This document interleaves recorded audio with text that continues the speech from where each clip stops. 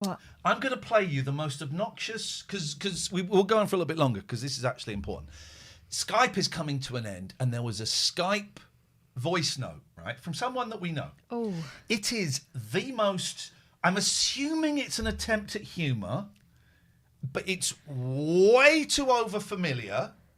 It's offensive to you and me, and it's got a really horrible word in it. Oh, God.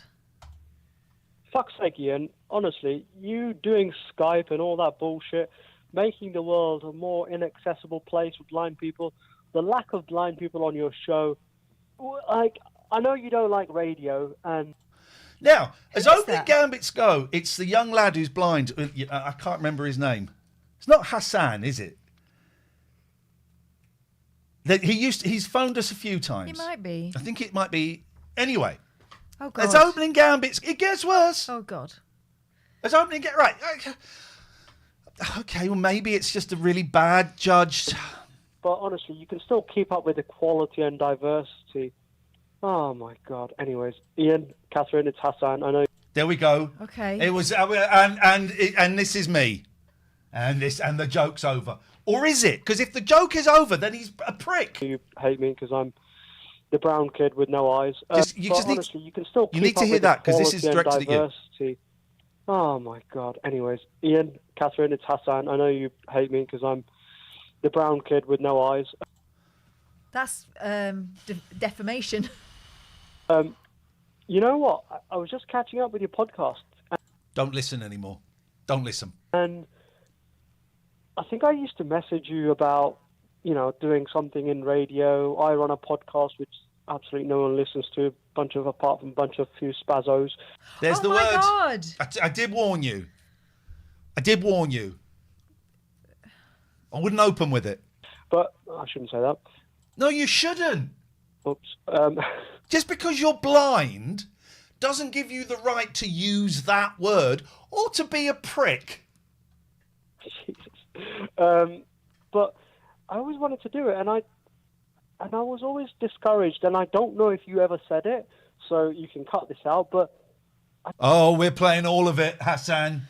We're playing all of it, buddy. I don't know if it was you or someone said to me, you'll have to be only middle-class white man if you want to get into radio, otherwise you got no chance. And No. We wouldn't have said that. We would have said historically that was the case. Well, I would have. I was trying to think. I wouldn't have said it that way. No. But I have had occasion to point out that radio is predominantly white middle-aged men. Yeah. You look at BBC Local. You look at Talk Radio, LBC. It's predominant. There have been some shifts in the last 4 or 5 years, but it is still predominantly. But I was thinking about that on the way over, actually. The fact that for a few years, I was the only woman presenter on that BBC radio station during the day on the week. Yeah. Everyone else was sort of shoved to the weekends. And the furore when I asked to be paid the same as the guys, or even anywhere near it. I recognised that I wasn't as experienced as some of them, but I was more qualified than a lot of them, and I was doing the production job as well.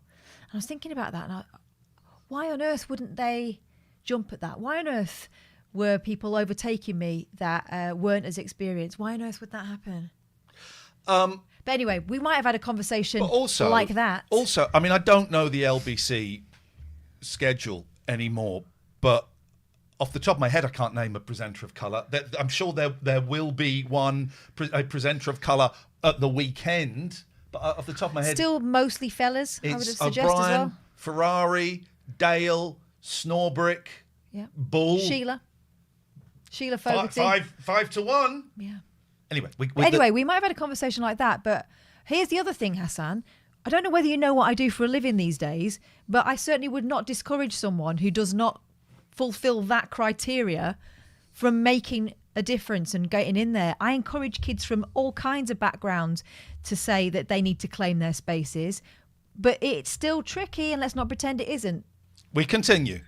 And it made me so sad because I love radio. Like, that's how I learned English.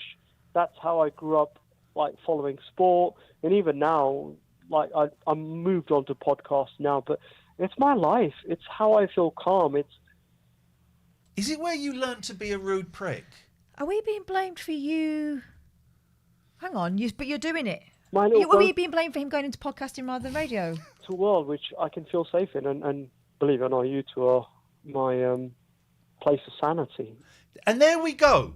So the whole first minute and 24 seconds was an over-friendly joke. It did not work. You don't speak to people like that. It felt accusatory. Didn't it? And do you know what? If my boss had heard you say something like, I don't like brown people that can't see, I might have been in quite a lot of trouble. Yeah, I know. Fuck it. Exactly.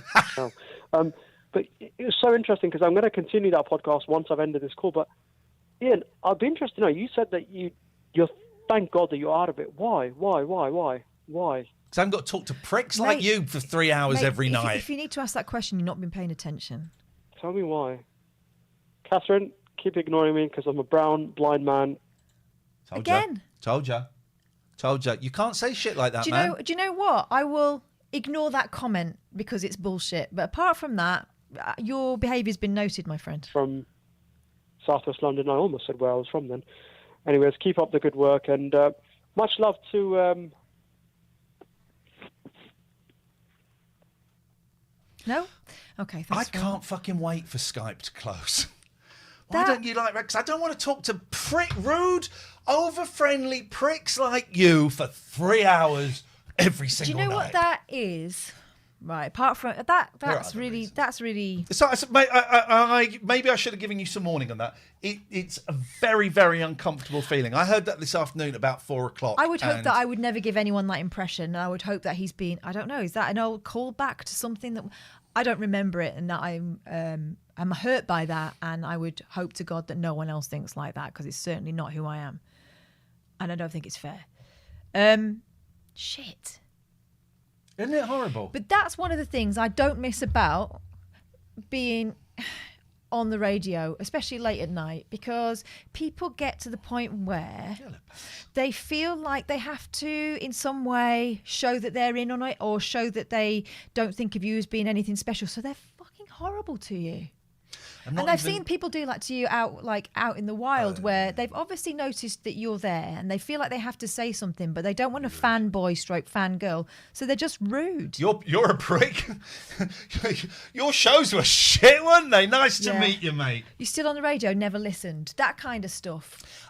We actually have got his phone number. I'm not even going to do him the courtesy of phoning back to let him answer or anything like that. That call was really, really unpleasant. I should have given you some warning, actually. I just remembered it.